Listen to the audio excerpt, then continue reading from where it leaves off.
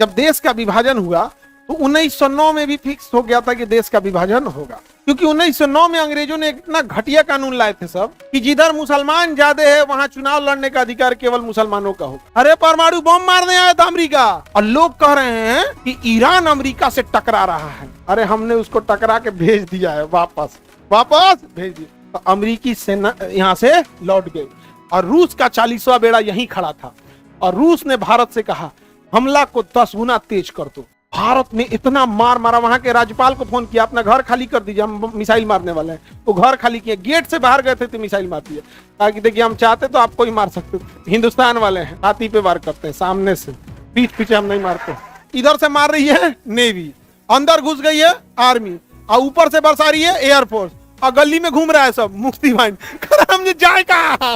और पीएनएस गाजी में भीषण ब्लास्ट हो गया, ऊपर लाश तैर रही थी। पाकिस्तान की अंतिम उम्मीद भी अब अपना दम तोड़ दी, पीएनएस गाजी डूब गया।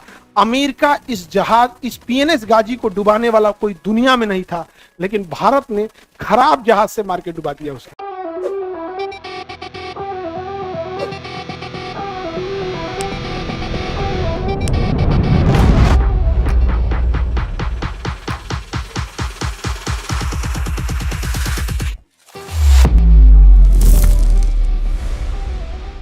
अब ध्यान से देखो कितना दुख था हम लोग के साथ। बांग्लादेश पहले था पूर्वी पाकिस्तान। जब देश का विभाजन हुआ तो 1909 में भी फिक्स हो गया था कि देश का विभाजन होगा, क्योंकि 1909 में अंग्रेजों ने इतना घटिया कानून लाए थे सब कि जिधर मुसलमान ज्यादा है वहां चुनाव लड़ने का अधिकार केवल मुसलमानों का होगा। इस एरिया में मुसलमान ज्यादा थे तो अंग्रेजों ने कह दिया यहाँ केवल मुसलमान चुनाव लड़ेगा, बाकी चुनाव में खड़ा ही नहीं हो सकता, जीतने की बात ही अलग कर दो। इसने तो पार्शियल विभाजन वहीं कर दिया, मेंटेलिटी वहीं कर दिया, वहां से लोगों का पलायन चालू हो गया। समझ में आ गया कि नहीं आ गया? और इधर इस एरिया में मुस्लिम ज्यादा थे तो इधर कर दिया कि इधर मुस्लिम ही चुनाव लड़ेंगे। अब बस ट्रायल लिया 1937 में म्यांमार को अलग करके, देखा कुछ नहीं बोल रहे तो 1947 में देश का विभाजन कर दिया और कहा कि इन दोनों के बीच में एक रास्ता जाएगा, सड़क जाएगा। तो भैया सड़क तो अभी हो जाता है, देश में सड़क की तो कमी है नहीं। ऐसा बैल था सब, बीचों में से सड़क ले रहा था सब, कहियो सड़क बंद कर देंगे लोग, तो सड़क वो तो हम लोग का सड़क है, तुम्हारा सड़क है। उबाला एक्सेप्ट कर लिया, सड़क मिट गया भाई। सड़क का समझौता एक्सप्रेस, इंडिया पाकिस्तान से ट्रेन भी जा सकती है। बाघा बॉर्डर पे आज भी देखेंगे परेड होता है, वो कब होगा? जब दोनों देशों के बीच में शांति रहेगा। तो युद्ध में कौन सी बने होता है वो? हम तो कहेंगे सड़क ले आओ, लूट लेंगे लोग, और ट्रक लेके आओ, ट्रक वहां सही रख लेंगे, तो नहीं समझे, आएंगे बीचवा में से ले जाएंगे। पत्ते नहीं चल रहे, यहाँ बिहार पड़ता है, आओ ट्रक लेके आओ। बाकी यूपी वालों से रिक्वेस्ट किया जाएगा भाई तुम ट्रक को हम ही वाला ट्रक हम ई ट्रक हम, ना आधा कितना बैल था, बीचवा में से रास्ता मांग रहा था। और अंग्रेजों ने कहा ठीक है रास्ता दे देंगे, भारत वालों ने कहा कि अच्छा रास्ता ले, ठीक ले रास्ता ले, रास्ता दिया, रास्ता खत्म। अब बांग्ला देखो, पाकिस्तानी सच में बहुत कमीने होते हैं, सच में, मतलब उन छोटे होते ही बहुत हरामी टाइप के हैं। कैसे देखो समझे, 1947 में देश आजाद हुआ, तब यहाँ भी चुनाव लड़ेंगे, यहाँ भी चुनाव होगा। जैसे भारत में यहाँ भी चुनाव होता है, यहाँ भी होता है, अंडमान में भी होता है, लक्षद्वीप में भी होता है। क्या अंडमान का कोई व्यक्ति चुनाव लड़के भारत का गृह मंत्री बनना चाहे तो हम लोग ये कहेंगे कि तुम वहां का है, कैसे बन सकता है? अरे हमें क्या मतलब यार, तुम देश के नागरिक हो, कहीं के रहने हो। केरल का आदमी अगर चुनाव लड़के यहाँ जाके गृह मंत्री बनना चाहेगा, हम कभी विरोध करेंगे? भाई कोई भी कहीं का बन सकता है। कर्नाटक से देवगौड़ा साहब प्रधानमंत्री बने, गुजरात से मोदी जी प्रधानमंत्री बने, उत्तर प्रदेश से सबसे ज्यादा प्रधानमंत्री बने, समझे कि नहीं? तो हम लोग कभी कहते हैं, लेकिन ये पश्चिमी पाकिस्तान वाले इस पूर्वी पाकिस्तान को नीच बोलता था सब। क्या बोलता था सर? नीच, और बहुत बुरा बोलता था। लेकिन ये बंगाली था सब। अच्छा, बंगालियों में एक खासियत क्या है? कम पैसा रहेगा, कम हिसाब से जीवन जिएगा, ज्यादा पैसा रहेगा, ज्यादा जीवन जिएगा, अमीर गरीब दोनों खुशहाल रहेगा, किसी दूसरे से 3-5 नहीं करेगा। बंगालियों में एक खासियत है, देखना ना, 2 घंटा लड़ाई करेगा सर तो हाथापाई नहीं करेगा सर। 2 घंटा से लड़ रहा है सर, आमी छोड़बो ना बदमाइश, आमी मारबो, बोलेगा खूब, आमी बकोट देतो, लेकिन कुछ करेगा नहीं, लड़ाई नहीं करेगा। बड़ा सीधा होता है इस समय। अपने अभियान में पहले मारेगा, कौन सी बोल रहे हो, कौन सी पहले मारेगा। तो ये लोग बड़ा सीधा थे। तो यहाँ पे भी अच्छे लोगों के जो समझदार तो थे सब इधर भी। तो एक बार 1970 में इलेक्शन हुआ था, और इलेक्शन होता है तो चुनाव में कहीं से खड़े होंगे, तो यहाँ से खड़े होते हैं आवामी लीग पार्टी के नेता शेख मुजीबुर रहमान, और शेख हसीना के पिताजी शेख मुजीबुर रहमान चुनाव जीत जाते हैं, और सबसे ज्यादा सीट इन्हीं को आ जाती है। मतलब इनको चाहने वाले इधर भी थे और इनको चाहने वाले इधर भी थे। मेजॉरिटी वोट इन्हें इधर से आया था क्योंकि एरिया बड़ा था और इधर से भी आया था, और इतना सीट आया कि प्रधानमंत्री के लिए सीट हो गया। बड़ी खुश, और यहाँ के लोग भी बहुत खुश। भैया किसी राज्य का व्यक्ति प्रधानमंत्री बनेगा, पूरा राज्य खुश। अब जैसे मान के छत्तीसगढ़ का कोई व्यक्ति प्रधानमंत्री बनेगा तो छत्तीसगढ़ वाला स्पेशल खुश होगा, अभी गुजरात वाला स्पेशल खुश होगा कि नहीं। तो वैसे बांग्लादेश के पूर्वी पाकिस्तान के लोग स्पेशल खुश हुए। अभी गए जहाज से कहां पर, पाकिस्तान, शपथ लेने के लिए। तो शपथ लेने गए ना तो इनको जेल डाल दिया। वो प्रधानमंत्री की शपथ लेने गया है, उसको जेल डाल दिया। कहा इतने करियठा प्रधानमंत्री बनेगा, उनको काला बोला, काला कहता कि प्रधानमंत्री बनेगा। बंगाली, उसको बंगाली गाली गलौज किया और कहा कि तुम प्रधानमंत्री बनेगा। अब तो पूर्वी पाकिस्तान के लोगों का आग बबूला हो गए कि जब तुमको हमसे इतना ही नफरत है तो हम तुम्हारे साथ क्या रहेंगे, हम देश आजाद कर लेंगे, हम देश आजाद कर लेंगे। अब यहाँ विद्रोह होने लगा और कहा मुक्त होंगे, हम क्या होंगे, मुक्त होंगे। और इन्होंने अपना संगठन बना दिया, कहा कि हमारे नेता को छोड़ो, हथियार उठा लिया, नाम रखा मुक्ति वाहिनी। क्या नाम रखा? पाकिस्तान ने क्या किया, जनरल टिक्का खान को भेजा। किसे भेजा? टिक्का खान, उसका नाम था टिक्का खान। बूचर ऑफ बांग्लादेश कहा जाता है, बूचर ऑफ बांग्लादेश, कसाई। तो जब टिक्का खान आया यहाँ पर ना, नेवी के रास्ते आया और बांग्लादेश का कमांड संभाला। जनरल टिक्का खान ने जितने लोग थे सबको मरवा दिया, पूरा गांव का गांव गिरफ्तार किया। और नीचता की हद देखो, पुरुषों को पहले मरवा दिया और महिलाओं को शॉर्टलिस्टेड किया कि जिनका उम्र 30 साल से कम है अलग करो, और जिनका उम्र 30 साल से ज्यादा है उन्हें अलग करो। जो 30 साल से ज्यादा की थी उनको गोली मार दिया सबके सामने, जो 30 साल से कम की थी उनको घसीट के लाया गया और पाकिस्तानी फौजियों को यहां से बुलाया गया और कहा गया कि इन औरतों को अलग देश चाहिए, इनके बच्चों को अलग देश चाहिए। पाकिस्तान से फौजियों को लाया गया और आदेश दिया गया कि इन महिलाओं का रेप करो और जो इनसे बच्चा पैदा होगा वो प्योर पाकिस्तानी कहलाएगा। 25,000 पाकिस्तानियों को लाया गया, उन्हें रजाकार कहा गया उनको, जो यहाँ है। और ऑफिशियली 25,000 से ज्यादा महिलाओं का रेप किया गया। ये ऑफिशियल डाटा है, जबकि हमेशा ये डाटा 10 गुना कम होता है। अभी भी सामाजिक प्रतिष्ठा ऐसा होता है, कोई कहाँ जाएगा। और उन इतना अत्याचार कर दिया सब जिसका कोई हद नहीं। अब डर, वहां के लोग जान बचाने के लिए भागे, तो कहाँ भागेंगे, भारत की ओर शरण लेने आए। 5-6 लाख लोग भारत में शरण लेने आए।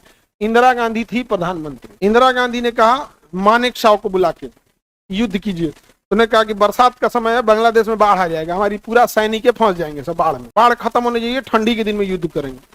तो उन्होंने कहा युद्ध की तैयारी कीजिए।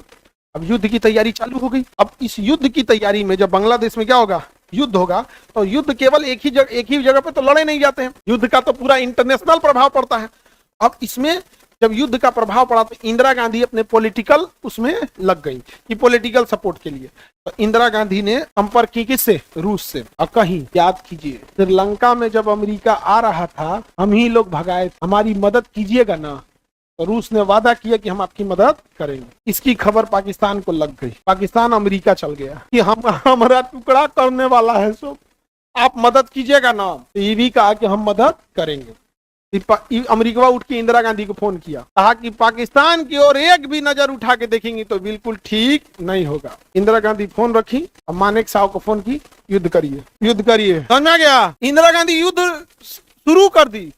अमेरिका का घनघोर बेइज्जती हुआ यहाँ। अमेरिका कहा कि रे कैसन महिला है, हम धमकी दिए तो आज ही स्टार्ट कर दी युद्ध, यार बहुत खतरनाक है यार। उसके अमेरिका फोन किया, इंदिरा गांधी को बुलाया कि आप अमेरिका आइए, कहें कि युद्ध के बाद आएंगे, युद्ध के बाद आएंगे। अब यहां से भयंकर रूप ले लिया, भयंकर रूप ले लिया। अब यहां से इंडियन आर्मी अंदर चली गई, इंडियन आर्मी अंदर चली। और इंडियन आर्मी ने जितने वहां पर जो मुक्ति वाहिनी के लोग थे, जिनके सामने उनके माओ को गोली मारा गया था, उनकी बहनों के साथ रेप किया गया था, इंडियन आर्मी ने बस उन्हें बुलाया और हथियार दिया। उन्होंने कहा कि हमें चलाना नहीं आता, कोई दिक्कत नहीं, 5 को गोली चलाएंगे, हम सीख लेंगे। तो इंडियन आर्मी ने बस उन्हें सिखा दिया कि गोली कैसे चलता है, निशाना सीधा कैसे लगता है, गोली चलाने के टाइम में सांस नहीं लेना होता, उस टाइम पे सांस रोक लेना होता है। ट्रेनिंग दे दिया, बस इंडियन आर्मी भर भर के हथियार दिया। जिसके सामने उसके बाप को गोली मारा गया हो, उसकी माँ को गोली मारा गया, उसकी बहन का रेप किया गया हो, वो इंसान कितना खतरनाक लड़ेगा। तो जो बांग्लादेशी मुक्ति वाहिनी थे ना, किसी किसी को 10-10 गोली लग गया है, फिर भी बंदूक उठा के मार रहा है। 10 गोली लगल है, पता है कि मरने वाले हैं, खून के बाहर में जाए सजा, तूने पूरा परिवार मार दिया, पहुंची बचल है यहाँ पे, मार रहा है। इतना मार मारे सब मुक्ति वाहिनी ना। अब पाकिस्तान कहा कि तो बहुत खतरनाक हो गया। अब पूरे बांग्लादेश के अंदर कौन घुस गया? Indian army. और डायरेक्ट बड़े बड़े टारगेट को कौन मार रही थी? Indian army. जैसे कोनो बॉट टारगेट है, कोनो दुश्मन छुपा है स्नाइपर लेके, तो इंडियन आर्मी के मेन टारगेट कौन उड़ा दी? Indian army. और नीचे कौन साफ कर रहा है? मुक्ति वाहिनी। क्योंकि इंडियन आर्मी को गली मोहल्ला क्या पता था, कौन मोहल्ला में कौन रहता है, वहां का लोकल है ना बताएगा। ऐसा सबको हथियार बांट दिया हम लोग, और लोकल कर रहा है ये मारा है, तोरे पापा को ये मारा था, दरवाजा खट नहीं खोलेगा, धान कहने रे धान धान मार दिया यहाँ पर।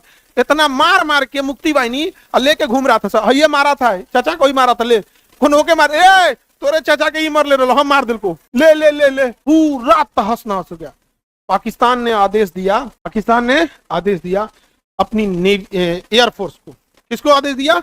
एयरफोर्स को, कि भारत पर हमला किया जाए, भारत पर हमला किया जाए। तो पाकिस्तानी एयरफोर्स एंट्री मार दी, एयरफोर्स एंट्री मार दी इंडिया के अंदर। उस समय पाकिस्तानी एयरफोर्स इंडिया से तगड़ी थी उस समय, क्योंकि अमेरिका ने उसे हथियार दिया था, और हम लोग का भी एयरफोर्स बढ़िया था। देखो जहाज से मतलब नहीं होता, चला कौन रहा इससे मतलब। अब इंदिरा गांधी को दिल्ली में भाषण देना था, अब पाकिस्तानी एयरफोर्स हमला कर दी थी। अब इंदिरा गांधी को कहा गया कि लोगों ने कहा, जो पॉलिटिकल सलाह देने वाले, मैडम भाषण कैंसिल कीजिए, एयरफोर्स घुस चुकी है, बंकर में चली जाइए। तो इंदिरा गांधी ने मानेक साहब से कहा कि हम भाषण दे सकते हैं कि नहीं। तो मानेक साहब ने विंग कमांडर इदरीस को फोन किया। विंग कमांडर इदरीस ने कहा हम हैं इधर, संभाल रहे हैं। विंग कमांडर इदरीस एयरफोर्स के थे, विंग कमांडर इदरीस ने पूरा संभाल के रख लिया इसे। एक पाकिस्तानी जहाज दिल्ली नहीं पहुंची थी। इंदिरा गांधी ने 1 घंटा का भाषण 1.5 घंटा तक दी थी। जब इंदिरा गांधी उतर रही थी तो मीडिया ने पूछा कि मैडम अभी आप भाषण दे रही हैं, अभी भी भारत के ऊपर पाकिस्तानी जहाज मंडरा रहे हैं। तो उन्होंने एक शब्द में जवाब दिया था, मुझे अपनी फौज पर भरोसा है। समझा? ये था यहाँ। और इधर मानेक साहब ने मारा, पूरा धज्जी उड़ा के रख दिया, पूरा बांग्लादेश में घुस गया। और तब आती है हमारी नेवी, जगजीत सिंह अरोड़ा। समझना क्या कि नहीं आ गया? जगजीत सिंह, इन्होंने पूरा भारत को इधर से नेवी से घेर दिया। इतना मार मारा ना कि पाकिस्तानी पगला गया सब। तो खाना पीना का सप्लाई बंद कर दिया है, सब एयरपोर्ट सब बंद है। इधर से मार रही है नेवी, अंदर घुस गई है आर्मी, और ऊपर से बरसा रही है एयरफोर्स, और गली में घूम रहा है सब मुक्ति वाहिनी। हम जाए कहाँ, हम कहाँ जाए, चारों ओर से मार रहा है सब। अब पाकिस्तान ने कहा अमेरिका को कि महाराज मर जाएंगे तब आइएगा, जल्दी आइए। अमेरिका ने कहा अपना 7वां बेड़ा भेजा, और जिसमें परमाणु बम लदा हुआ था, पानी वाली जहाज का पूरा ग्रुप था, और वो 7वां बेड़ा आके और यहाँ चल दिया। 7वां बेड़ा चल दिया। इंदिरा गांधी को जब खबर लगी कि अमेरिका का 7वां बेड़ा परमाणु बम लेके चल दिया, उस समय हमारे पास परमाणु बम नहीं था, इंदिरा गांधी ने तुरंत मानेक साहब ने बताया कि madam this very bad news, America चल चुका है, वहां परमाणु बम है उसके पास। इंदिरा गांधी ने कहा कि आप जंग के मैदान पे ध्यान दीजिए। रूस फोन की कि ऐसा चल दिया है वहां पे। रूस ने यहाँ से अमेरिका ने अपना 7वां बेड़ा भेजा था, रूस ने यहाँ से भेज दिया 40वां बेड़ा, और इस एरिया में बंगाल की खाड़ी में आके खड़ा हो गया रूस का 40वां बेड़ा। और रूस के 40वां बेड़ा ने अपने समुद्र के अंदर से सारी पनडुब्बियों को बाहर निकाल दिया और अपनी ऑटोमेटिक मिसाइलों को ऑन कर दिया। अब ये ऑटोमेटिक मिसाइलें ऐसी थी कि 400 किलोमीटर दूर के एरिया में रहेंगे ना, बिना पूछले मार देगा। वहां पे ऑन करके बता दिया कि आप लौट जाइए, US air force, US navy, you are order to return from this bay of Bengal. रूस की सेना ने बोला लौट जाइए। अब रूस और ब्रिटेन एक साथ आए थे सब, रूस भी आया था और ब्रिटेन भी एक साथ आए थे सब। और डीगो गार्सिया ब्रिटेन और अमेरिका। और लंगर कहां डाले थे सब पता है? डीगो गार्सिया में। अभी दिखाएं डीगो गार्सिया में। ब्रिटेन ने कहा अमेरिका से वी आर टू लेट, हम बहुत लेट हो गए, अब लौट चलते हैं। तो अमेरिकी सेना यहां से लौट गई और रूस का 40वां बेड़ा यहीं खड़ा था। और रूस ने भारत से कहा हमला को 10 गुना तेज कर दो। भारत ने इतना मार मारा, वहां के राज्यपाल को फोन किया अपना घर खाली कर दीजिए, हम मिसाइल मारने वाले हैं। वो घर खाली किए, गेट से बाहर गए थे तो मिसाइल मार दिए। कहा कि देखिए हम चाहते तो आपको ही मार सकते, आपको बता के मारे हैं ना, हम हिंदुस्तान वाले हैं, छाती पे वार करते हैं, सामने से, पीठ पीछे हम नहीं मारते। और आज भी हम पाकिस्तान वालों से कहते हैं, याद रखो पाकिस्तानियों, जब तुम रात में सो जाते हो ना, हमें पता है कि कोई तुम्हारा बच्चा स्कूल ना जाए, कोई तुम्हारे छोटे बच्चे सड़कों पे खेले नहीं, कोई दुकान लगाने वाला गरीब इंसान कहीं दुकान से लौट रहा होगा, कोई मजदूरी करके लौट रहा होगा, उस समय भारत हमला कर देगा तो एक मासूम इंसान मर सकता है। इसलिए हम लोग रात में हमला करते हैं। और हम लोग हमला किसी के घर पे नहीं करते हैं, पिन पॉइंट एक्यूरेसी से मारते हैं उसके आर्मी बेस के ऊपर। यहाँ पर और जिस दिन लगेगा बहुत पावरफुल है, बोल देना हम लोग हीरा मंडी वाले को भी उड़ा देंगे। शहबाज शरीफ पाकिस्तान वाला हीरा मंडी का दलाल क्या बोलेगा यहाँ पे। अब आर्मी क्या हो गई, घेर ली। नेवी क्या की, बड़ मार मारी इन लोग को। लेकिन इसी बीच पाकिस्तान, अमेरिका ने एकदम घातक चाल चला था। एक पानी के अंदर हमला करने वाली पनडुब्बी दिया था पाकिस्तान को, पीएनएस गाजी। और पीएनएस गाजी इतना खतरनाक था कि पानी के अंदर रहता था और जाके मार सकता था हमारे सबसे बड़े विमान वाहक बोट नेवी के विक्रांत को। और हमारा नेवी का विक्रांत अगर उड़ जाता ना तो तहस नहस हो जाते हम, क्योंकि वो 1 किलोमीटर लंबा जहाज था, आधा किलोमीटर लंबा, और उसके ऊपर एयरपोर्ट था। वो पानी वाली जहाज के ऊपर एयरपोर्ट, तो हमारी लड़ाकू जहाज उस पे उतरती थी और वहां से समुद्र से उड़ान भर भर के मारती थी। किसको, बांग्लादेश। बांग्लादेश का चारों ओर से आ जाता है सभी सब। अब हमारे विक्रांत को मारने के लिए चल दिया था पाकिस्तान से कौन, पीएनएस गाजी। लेकिन एक गड़बड़ हो गया। पीएनएस गाजी ने यहां से जब मालदीव क्रॉस कर रहा था तो उसने एक लुब्रिकेंट की बात की थी कि हमारा ये लुब्रिकेंट लीकेज हो रहा है, और वो लुब्रिकेंट केवल पनडुब्बी में यूज होता है।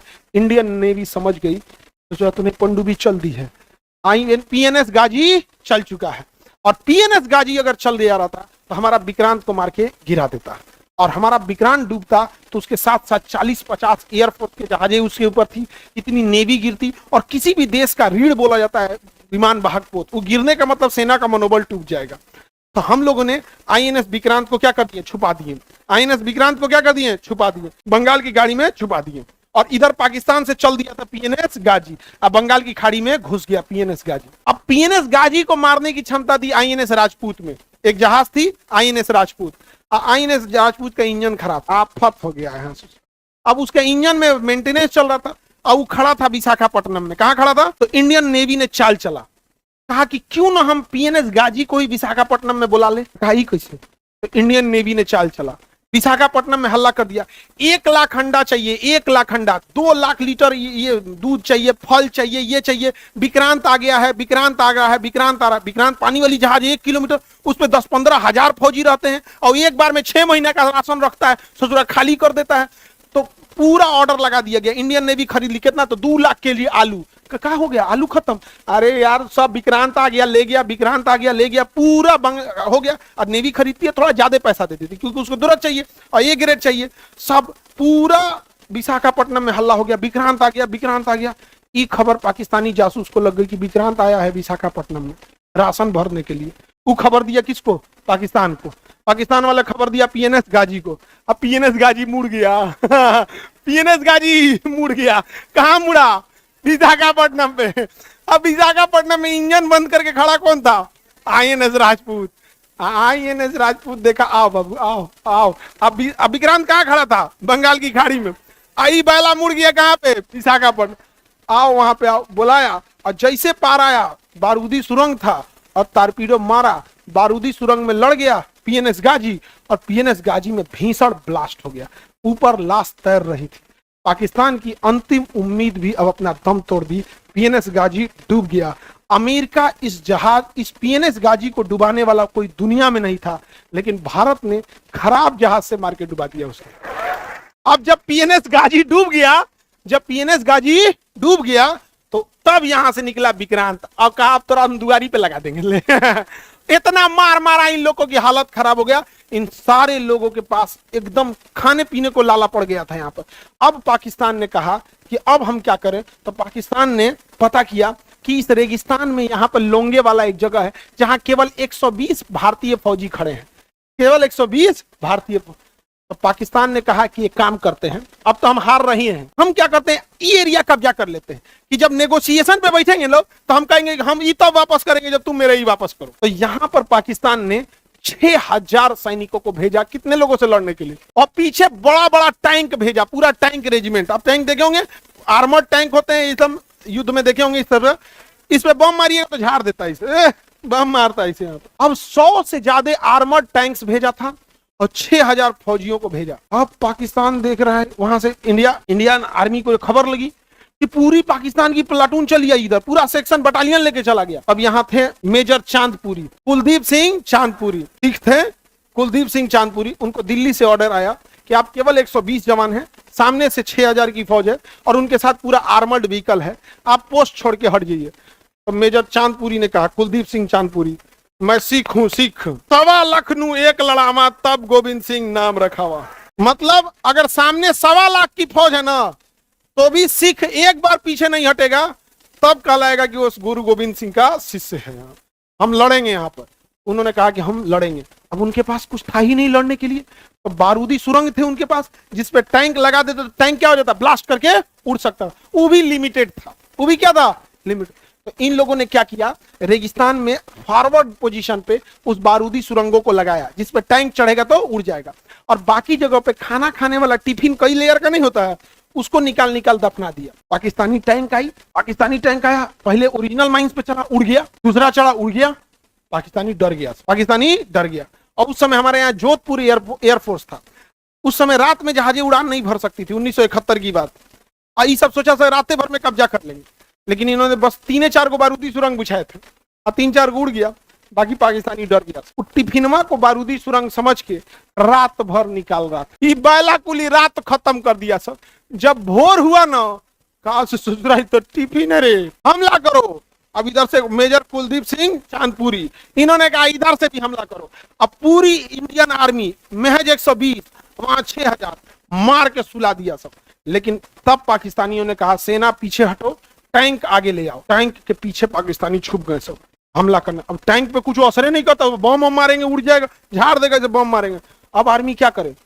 लेकिन अफसोस की बात है कि सुबह हो चुकी थी और जोधपुर से एयरफोर्स चल चुकी थी। तब तक एयरफोर्स आई, इतना बम्बार्डमेंट की कि टैंक के अंदर से निकल के टैंक छोड़ के भाग गया सब। पाकिस्तानी सब टैंक छोड़ के भाग गया सब। और महज 120 जवानों को ये लोग नहीं हरा पाए पूरे टैंक के साथ। और इधर इंडियन आर्मी पूरा बम्बार्डमेंट कर रही थी और यहाँ पे पूरी इंडियन आर्मी घेर ली चारों ओर से। तो मानेक साहब रेडियो पे आए और उन्होंने कहा कि आपके साथ एक फौजी की तरह सलूक किया जाएगा, आप सरेंडर कर दीजिए, आपका देश हार चुका है, घुटने टेक चुका है, आपको इज्जत से घर लौटने दिया जाएगा, परिवार के साथ खुश रहिएगा, नहीं तो इंडियन आर्मी घेर चुकी है, 2 दिन का मोहलत देते हैं, आप सरेंडर कर दीजिए। 2 मिनट बाद सरेंडर कर दिए सर।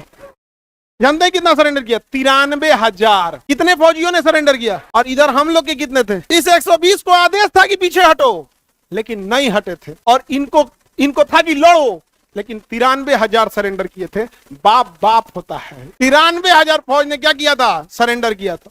इन 93,000 को ये स्टार नोच दिया गया, उनका बेल्ट हटा दिया गया, हथियार ले लिया गया, सरेंडर किया। और हम लोगों ने उनको लाए, फिर बांग्लादेश को आजाद किए और पाकिस्तान से कहें कि तुम लिखो कि बांग्लादेश तुम्हारा नहीं है। तो पाकिस्तान लिखा आज के बाद बांग्लादेश मेरा नहीं है। और तब शेख मुजीबुर रहमान को लाया गया और शेख मुजीबुर रहमान पहले प्रधानमंत्री बने बांग्लादेश के। और बांग्लादेश का राष्ट्रीय गीत रविन्द्रनाथ टैगोर ने लिखा, आमार सोमार बांग्ला। समझ में आया कि नहीं आ गया? आमार सोमार बांग्ला। और तब जाके यहाँ पे रखा गया। इस युद्ध ने दिखाया कि हम एक थे। भारत मेजॉरिटी में, यहाँ देखिए हमारे यहाँ हर धर्म के लोग हैं, लेकिन मेजॉरिटी जो सेना लड़ रही थी वो हिंदू धर्म की थी, मेजॉरिटी सेना। लेकिन सेना का नेतृत्व करने वाला मानेक साहब पारसी धर्म का था। जब एयरफोर्स आई थी तो रोकने वाला विंग कमांडर इदरीस मुस्लिम थे। जब नेवी हमला की थी इधर, तो जगजीत सिंह अरोड़ा सिख थे। और जब पाकिस्तान सरेंडर किया, इन 93,000 सैनिकों से साइन कराने के लिए गए थे जनरल जैकब, यहूदी थे। हर धर्म के लोगों ने एक साथ लड़ा।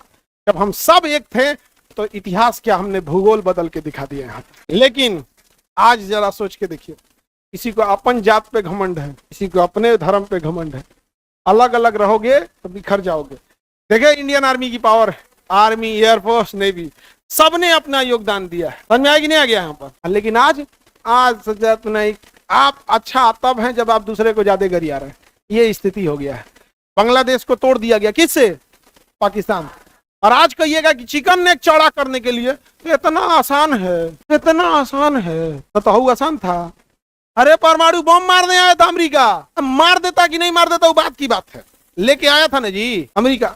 और लोग कह रहे हैं कि ईरान अमेरिका से टकरा रहा है, ईरान अमेरिका से टकरा रहा है। अरे हमने उसको टकरा के भेज दिया है, वापस भेज दिया। युद्ध जब खत्म हो गया, पाकिस्तान की मान्यता मिल गई। जब पाकिस्तान बना तो सबसे पहले उसे मान्यता भारत देने जा रहा था। तो रूस ने कहा कि बांग्लादेश को रूस ने कहा आप दीजिएगा, दिक्कत हो कौन और देश से दिलाइए। तो हम लोग भूटान को बोले आप मान्यता दीजिए। भूटान का आप जहां साइन करने को बोले हम तो कहते हैं पाकिस्तान हो आप ही क्या। आपको पता है भूटान की सुरक्षा हम लोग करते हैं, भूटान की आर्मी की सुरक्षा, भूटान की जिम्मेदारी किसकी है, हम लोग की। भूटान में कौन आर्मी है, इंडियन आर्मी। तो भूटान ने क्या दे दिया, मान्यता दे दिया कि बांग्लादेश एक स्वतंत्र देश है। फिर भारत ने दे दिया, फिर रूस ने दे दिया, और धीरे धीरे क्या बन गया, बांग्लादेश का निर्माण हो गया। युद्ध खत्म हो गया तो इंदिरा गांधी गई थी अमेरिका में, और अमेरिका में जाके अमेरिका के संसद में बोली थी कि भारत एक संप्रभुत्व संपन्न राष्ट्र है, हम अपने डिसीजन लेने के लिए स्वतंत्र है, कोई देश हमें यह ना सिखाए कि हमें क्या करना चाहिए क्या नहीं करना चाहिए। अब बगल में खड़े थे उसके राष्ट्रपति, अमेरिका के राष्ट्रपति बगल में खड़े। जब इंदिरा गांधी लौट के आई तो भारत में उन्हें खिताब दिया गया आयरन लेडी का। कौन सा खिताब दिया गया, आयरन लेडी का। लेकिन इंदिरा गांधी को ऐसा लगा ना कि वो कुछ भी कर सकती है, उन्हें लगा पूरी दुनिया जीत सकती है, तो देश में इमरजेंसी लगा दी। देश में क्या लगा दी, अब जैसे इमरजेंसी लगा दिया जाता है, अब सरकार के खिलाफ बोल नहीं सकते हैं, बोलेंगे तो जेल चल जाएंगे। क्योंकि जो देश अमेरिका को हरा के जो प्रधानमंत्री घूम रहा हो और बांग्लादेश को हराया, उस पर अंदर थोड़ा घमंड नहीं आ जाएगा, इनको आ गया घमंड, और देश में लगा दी इमरजेंसी। कोई इनके खिलाफ बोलता था तो जेल, कोई इनके खिलाफ बोलता था तो जेल। यहीं पटना के कंकड़बाग से निकले थे जयप्रकाश नारायण। कौन निकले, और सारे पटना यूनिवर्सिटी सब विद्यार्थियों को लेके, और कहें कि कितना जेल भर सकते, जेल भरो आंदोलन, संपूर्ण क्रांति, पूरा भारत उठो इसके खिलाफ। पूरा भारत उठ गया उसके खिलाफ, और पूरे भारत में हो गया संपूर्ण क्रांति। आयरन लेडी हार गई चुनाव। हराया किसने, जयप्रकाश नारायण, जिसे अमेरिका नहीं हराया, बिहारी हरा दिया। लेकिन जयप्रकाश नारायण से एक गलती हुआ, लोगों ने कहा कि आप सत्ता संभालिए, जयप्रकाश नारायण ने नहीं संभाला, मोरारजी देसाई को दिया। मोरारजी देसाई नाश दिया देश, पूरा नाश दिया पूरा देश। यहाँ उसको इंदिरा गांधी से इतना नफरत था ना कि इंदिरा गांधी ने अच्छो काम की तो खराब कर दिया उसको। इंटरनेशनल पॉलिसी थी उसका, ठीक ही था ना, डिक्टेटरशिप अलग बात है, लेकिन नाश दिया। अच्छा, जो बिहार के जयप्रकाश नारायण का झोला ढोते थे लोग, सर चलिए चलिए चलिए, उसमें जयप्रकाश नारायण के साथ ही घूमते थे लालू यादव, नीतीश कुमार, रामविलास पासवान, ये आपके सुशील मोदी, और ये जितने नेता लोग, राम प्रसाद, ये क्या नाम है, रविशंकर प्रसाद, ये लोग उनके साथ घूमते थे।